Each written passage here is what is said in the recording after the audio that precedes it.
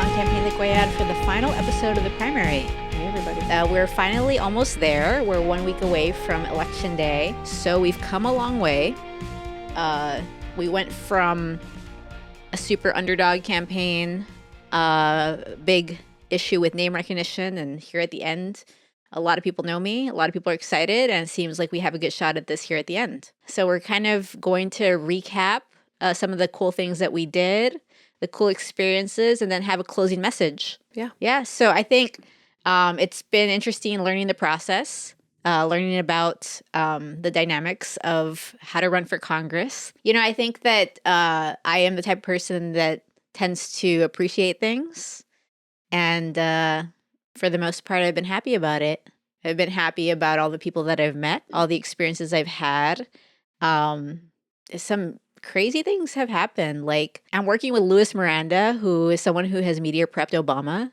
Mm-hmm. And so that's unreal to work with someone like that. And that's someone that you found. Mm-hmm. So that was all Vanessa.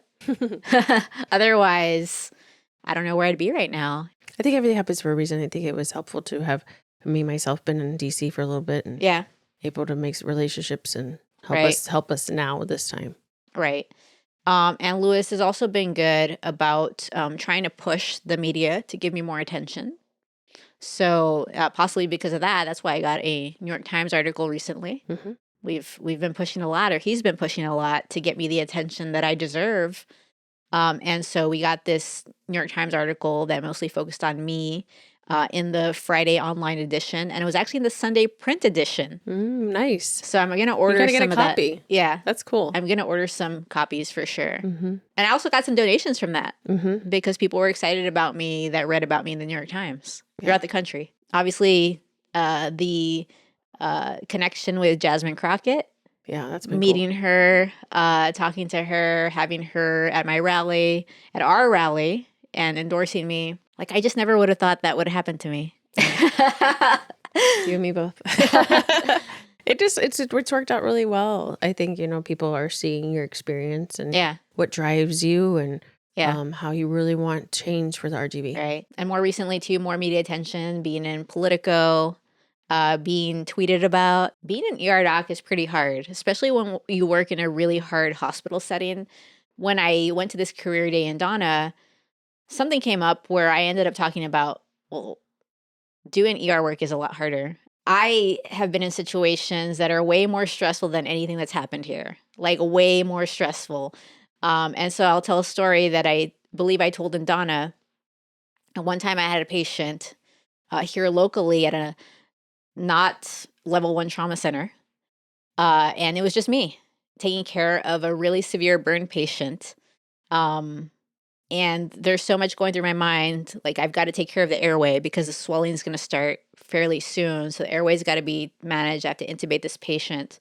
And I was also sad about it because I felt that the burns were so severe that she probably wasn't going to make it. And that was probably going to be the last time she was conscious. So I was going to be the last person that she remembered. So I had that going through my mind. And then we couldn't get her blood pressure.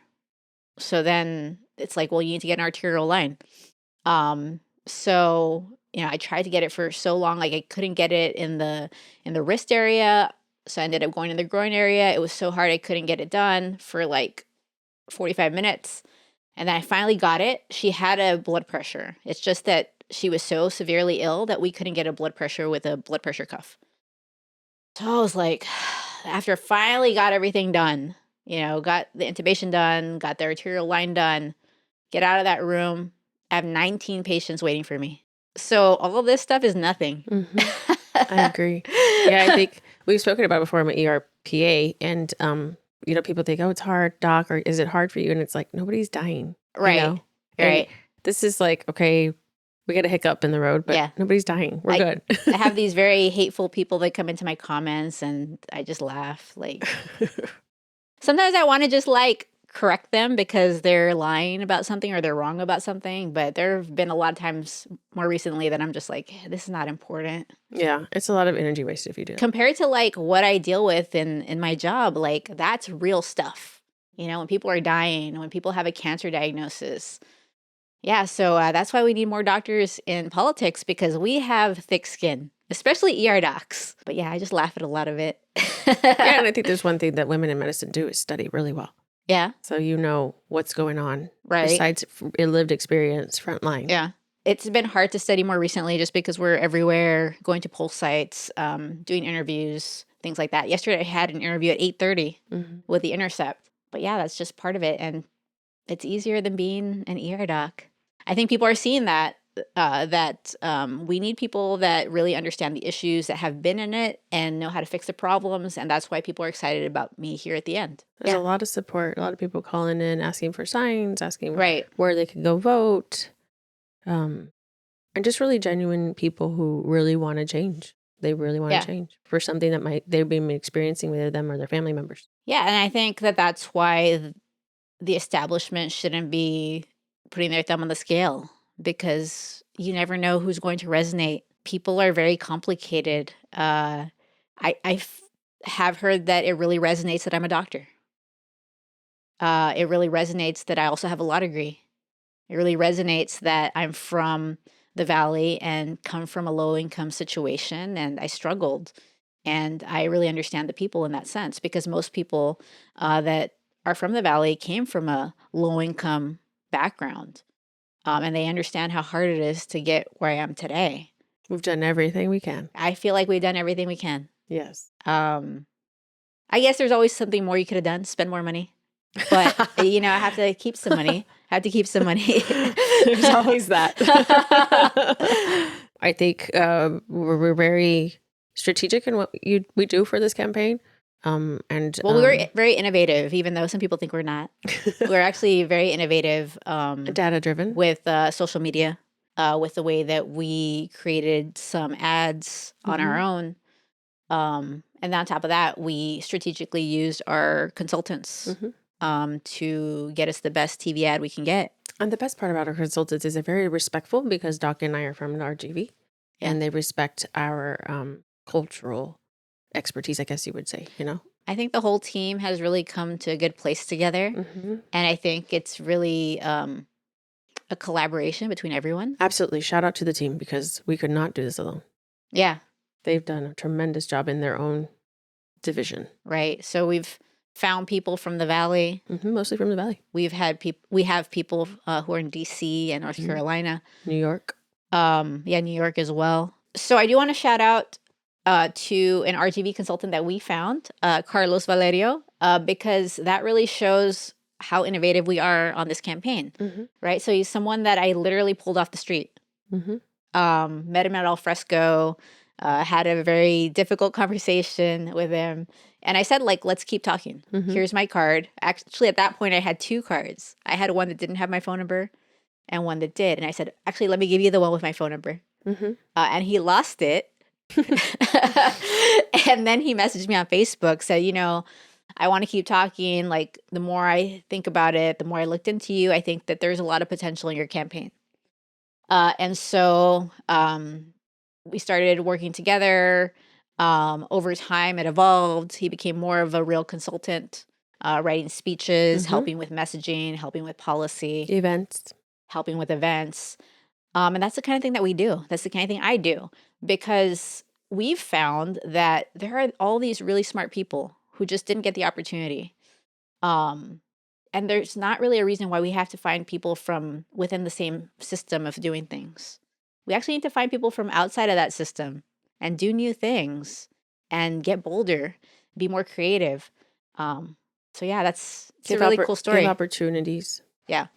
Yeah, and the other thing too, to segue, is that I feel strongly that every single person we're going to hire in my office, even in DC, they're going to be from the district. There's no reason not to. But that's how you keep it homegrown and understand what's going on. Well, and you still need to have a good mix. You still have to have, as far as consultants. But I think the people that are actually within the office, even in DC, should be from the district. Yeah, because you need people that really understand the area. And you also need people to learn DC. And then we can build a pipeline. These people will at some point move on and start to really build that network that we need in the Rio Grande Valley. So there's a lot that we could potentially do. So hopefully Our momentum continues and is enough to win this primary. But a lot of momentum, a lot of people saying, I voted for you. My whole family voted for you.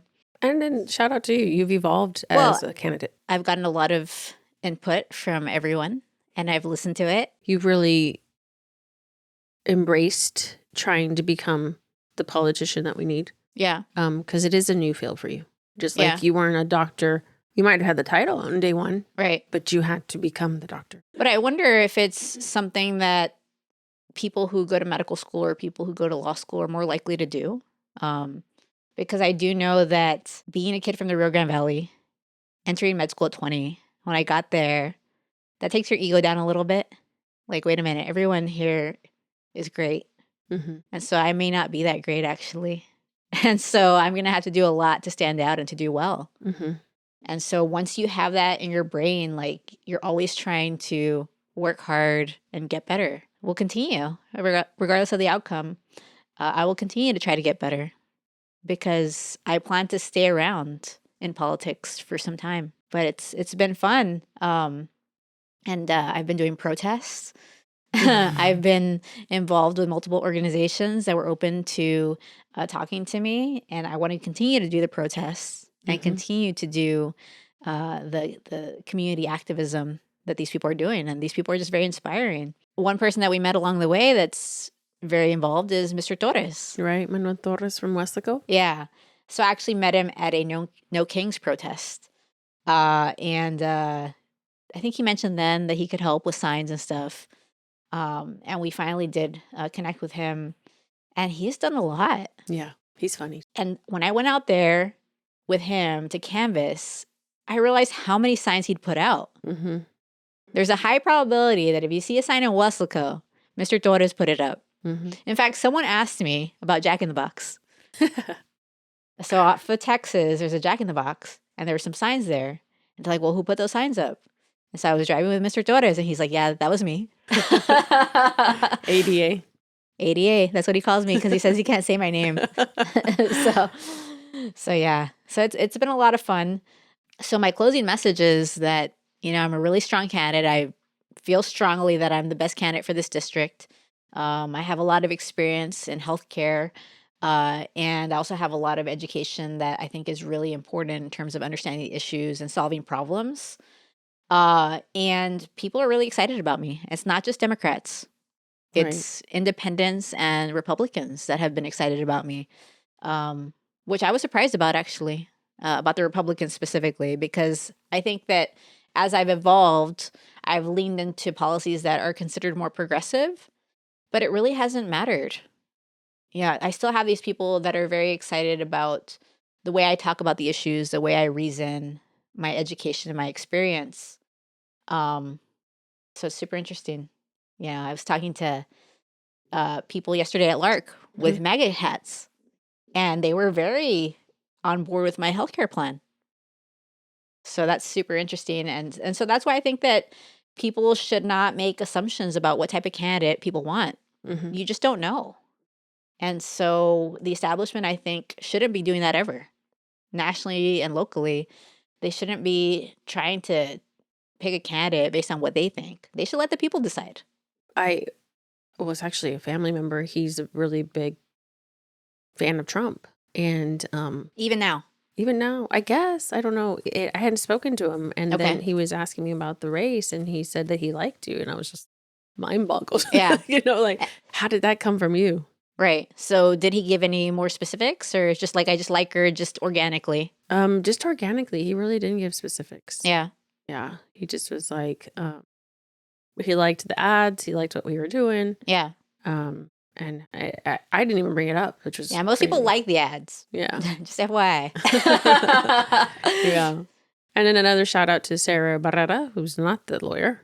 Right. Sarah Barrera is a former educator. And our top volunteer. Yeah, it's true. She's always been there help out the very beginning. Yeah, always helping out when I'm in a pinch. Right. You can always call Sarah to help me out. But and that's been across the board. We have a great field team. Yeah. They've knocked on a lot of doors and called a lot of people. Yeah. We've called everyone in the universe. Yeah. So they've done a tremendous job. I mean, we tried to do everything that we could within my budget. Without any PACs coming in to try to help me. I mean, I will shout out the American Academy of Emergency Medicine, the American College of Emergency Physicians. They did help me. Mm-hmm. But yeah, it's been a lot of fun. So we'll either have more to do after March as far as the campaign. I mean, I have a lot to do anyway. We have to catch up on life. I got to take the bar exam in July regardless. I've got to clean up my house. Yeah, and both of us have medical stuff to do. Like, I got to clean my pool. I got a lot. But either way, this is the last episode for the primary, and we'll see what happens. See if we continue this for the general, or if we take a hiatus for a bit. We'll see what happens. But if you haven't voted yet, just vote by March 3rd. And you can still learn more and donate at drquedforcongress.com.